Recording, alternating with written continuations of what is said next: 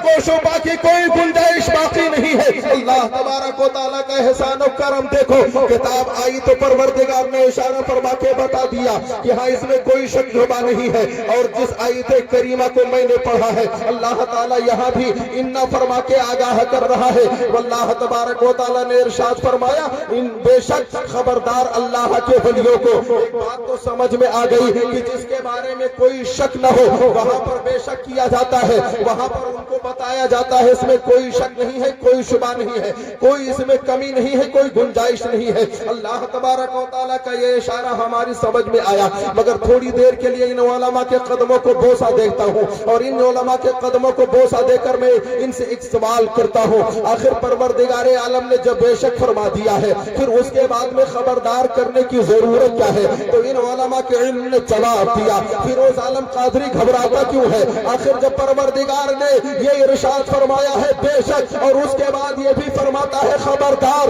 तो सुन ले और उनको जवाब दे दे। परवरदिगारे आलम खबरदार इसलिए फरमा रहा है कि परवरदिगारे आलम की बारगाह में जब हम तसव्वुर में अर्ज करेंगे, ए अल्लाह के कायनात खबरदार तूने फरमाया है, खबरदार तो उस जगह पर किया जाता है जहां पर कोई खतरा हो। जैसे मिसाल के तौर पर अगर कोई मकान जंजर हो गया हो, पुराना हो गया हो और मकान बोसीदा हो और अगर वो मकान गिरने के काबिल हो, यानी कि गिरने के वक्त में पहुंच चुका हो, तो आप ऊपर लिख कर लगा देंगे खबरदार इस मकान के अंदर जाने की कोशिश न करना, मकान टूटेगा, ऊपर गिरेगा, तुम्हारी जान चली जाएगी, हलाक हो जाओगे। अगर कोई बगहरा तालाब हो तो आगाह किया जाता है बच्चों को, बेटा खबरदार तालाब बड़ा गहरा है, उसके करीब जाने की कोशिश न करना, हिम्मत न करना, वरना डूब जाओगे, हलाक हो जाओगे। अज़ीज़ाने मिल्लत इस्लामिया, अगर किसी घर के अंदर कोई जहरीला अजगर सांप बैठा हो और अगर पता चल जाए तो ये उलमा हाथ पकड़कर रोकेंगे,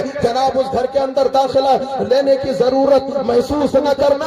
अगर उस घर के अंदर तुमने दाखिला ले लिया और कहीं वो जहरीले सांप ने तुम्हें डस लिया तो तुम्हारी जान चली जाएगी। मैंने तसव्वुर में अर्ज किया, परवरदिगारे आलम ये इस तरीके से हमें हर मोड़ पर आगाह करके बताते हैं कि खबरदार आगे बढ़ने की कोशिश न करना, मकान पुराना है जाने से रोक दिया, खबरदार तालाब गहरा है जाने से रोक दिया, उसके करीब न जाना। और यही बात आगे बढ़ गई। मैंने कहा जब सांप को देखा तो आगाह कर दिया, यानी जहां जहां खतरा देखा हर जगह पर कह दिया खबरदार आगे बढ़ने की कोशिश न करना, अगर आगे बढ़ोगे हलाक हो जाओगे, आगे बढ़ोगे तबाह हो जाओगे, आगे बढ़ोगे बर्बाद हो जाओगे। मैंने तसव्वुर में अर्ज किया है परवरदिगार ये तो इन लोगों ने अपने एतबार से थे, हम लोगों को आगाह कर रहे हैं, हमारे बच्चों को आगाह कर रहे हैं, उसके करीब जाने वालों को आगाह कर रहे हैं। मगर और आओ मैं आपके सामने एक बहुत बड़ी बात रखकर आपके जहन और दिमाग में ईमानी चराग रोशन कर दूं। आज हमारे और आपके घरों में आप ये जिस स्टेज के करीब बैठे हैं, ये उलमा जिस स्टेज पर बैठकर और जिसकी रोशनी में अपने दमकते चेहरे आपको दिखा रहे हैं और जिसकी चमकती लाइट में आपका चेहरा हमें बड़ी अच्छी तरीके से नजर आ रहा है, ये हमने आपसे पूछा कि ये लाइटें क्यों रोशन है, तो आपका जवाब होगा इसके अंदर करंट है। करंट जब तक न था तो ये लाइटें रोशन न थी, ये ट्यूबलाइट इस तरीके से न चल रहे थे, ये हेलोजन इस तरीके से न चल रहे थे, यानी ये रोशनी न दे रहे थे जब तक इनके अंदर करंट नहीं आया। और ये करंट जब तक इनको न मिला ये लाइटें रोशन न हुई, तो इनको करंट मिला है। तो आपको मैं बताना चाहता हूँ इनमें क्या डायरेक्ट करंट डाला गया है? नहीं नहीं, बल्कि आओ हम जरा थोड़ी सी और आपको सैर कराते हैं। और अज़ीज़ाने मिल्लत इस्लामिया, हमारे गांव में जब लाइट की सप्लाई होने लगी तो ऐसे डायरेक्ट तार हमारे गांव पे नहीं छोड़ दिया गया, बल्कि लाइट की सप्लाई देने से पहले हमारे गांव के अंदर या आपके गांव के अंदर पहले खंबे लगाए गए और खंबे लगाने के बाद में उसके ऊपर तार दौड़ाया गया है, वायर लगाया गया, करंट छोड़ा नहीं गया है।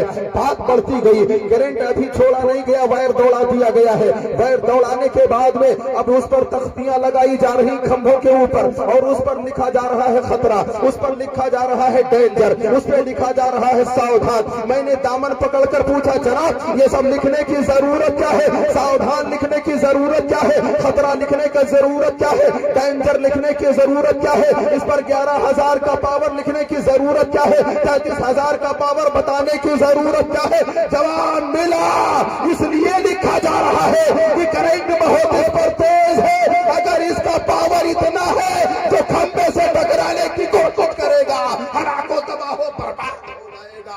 मैंने तसव्वुर में अर्ज किया دیا اے پروردگار عالم یہ دنیاوی کرنٹ ہے جس سے ٹکراتا ہی اگر کوئی انسان تو وہ کانفرنس میں آپ تشریف فرما ہے، ان کی طاقت کے بارے میں بھی اندازہ ہونا چاہیے۔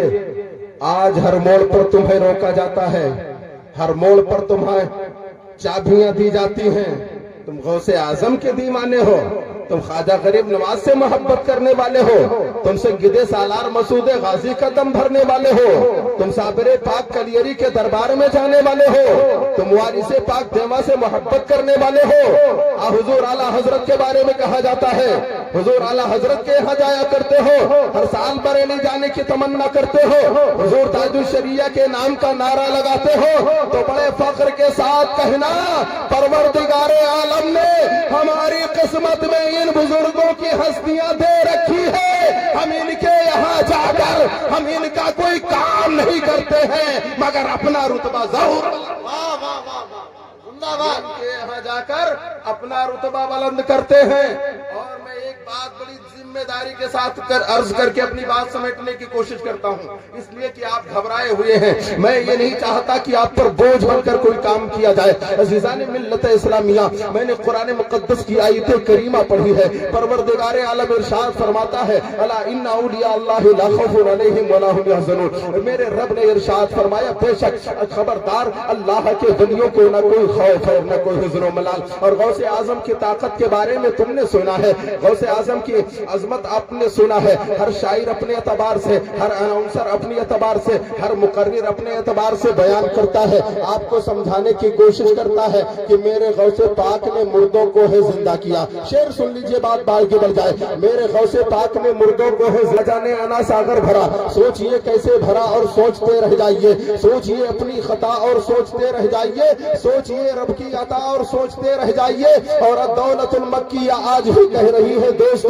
سوچئے علم رضا اور سوچتے رہ جائیے۔ اور میں جو پڑھا کرتا ہوں اور کسی شاعر نے بہت پہلے کہا ہے، ایمان کو تازہ کرنے کے لیے وہ شعر میں پڑھتا ہوں، شاعر لکھتا ہے کہ سارے اختیار ہیں انہیں جن کو دی میرے رسول نے، ہاں کہا حلال ہو گیا نہ کہا حرام ہو گیا۔ عزیزان ملت اسلامیہ، اگر ہم ان اولیاء کرام کی بارگاہ میں جاتے ہیں تو ہم شرک کرنے نہیں جاتے ہیں، ہم بدعت کرنے نہیں جاتے ہیں، بلکہ اللہ والوں کی محبت حاصل کرنے کے لیے جاتے ہیں۔ اگر تاجدار بغداد نام سے ہم جلسہ کرتے ہیں تو اسے شرک نہیں پھیلاتے ہیں، بلکہ زمانے کو پیغام دیتے ہیں کہ تاجدار بغداد کانفرنس کر کے ہم غوث اعظم کے دیوانے اپنے آپ کو ہم اس لیے ایسا لکھتے ہیں کرتے ہیں کہ تاکہ غوث اعظم کے دیوانوں میں ہمارا بھی شمار ہو جائے۔ عزیزان ملت، میں عرض کرنا چاہتا ہوں کہ میرے آقا کریم صلی اللہ تعالیٰ علیہ وسلم، یہاں تک کہ ان لوگوں نے نبی کو بھی نہیں چھوڑا ہے، جہاں پر اولیاء کرام کی شان میں گستاخیاں کرتے ہیں، وہ بدعقیدے جو آپ کو جگہ جگہ روک کر کہتے ہیں ان کی بارگاہ میں کیوں جاتے ہو، ان کے محبت کا دم کیوں بھرتے ہو، ان کے نام کا نعرہ کیوں لگاتے ہو، یہ تو مر گئے، یہ تو مر کر مٹی میں مل گئے۔ اور یہاں تک ان کو نہیں بلکہ نبی اکرم صلی اللہ علیہ وسلم کو کہہ ڈالا ان نادانوں نے، معاذ اللہ ست بار معاذ اللہ۔ عزیزان ملت اسلامیہ، یہ تو اللہ کے ولیوں کی طاقت یہ ہے، غوث اعظم رضی اللہ تعالیٰ عنہ کی طاقت یہ ہے کہ مردوں کو زندہ کیا کرتے تھے، یہ ان کا شیفہ تھا۔ عزیزان ملت اسلامیہ، غریبوں یتیموں کو وہ مالا مال کیا کرتے تھے۔ دیتا ہوں حضرت جابر رضی اللہ تعالیٰ عنہ کا بیان ہے کہ میرے آقا کریم صلی اللہ علیہ وسلم ارشاد فرماتے ہیں، وقت کون سا ہے؟ وقت صلح حدیبیہ کا ہے، موقع صلح حدیبیہ کا ہے۔ میرے آقا کریم صلی اللہ علیہ وسلم ہے، نبی پاک صلی اللہ علیہ وسلم کی بارگاہ میں ایک پیالہ پانی پیش کیا گیا ہے۔ میرے آقا کریم صلی اللہ علیہ وسلم نے پوچھا ہے صحابہ سے، تمہارے پاس کچھ ہے؟ میرے آقا کے دیوانوں نے کہا یا رسول اللہ، ہمارے پاس کچھ نہیں، صرف ایک پیالہ پانی ہے۔ میرے آقا نے فرمایا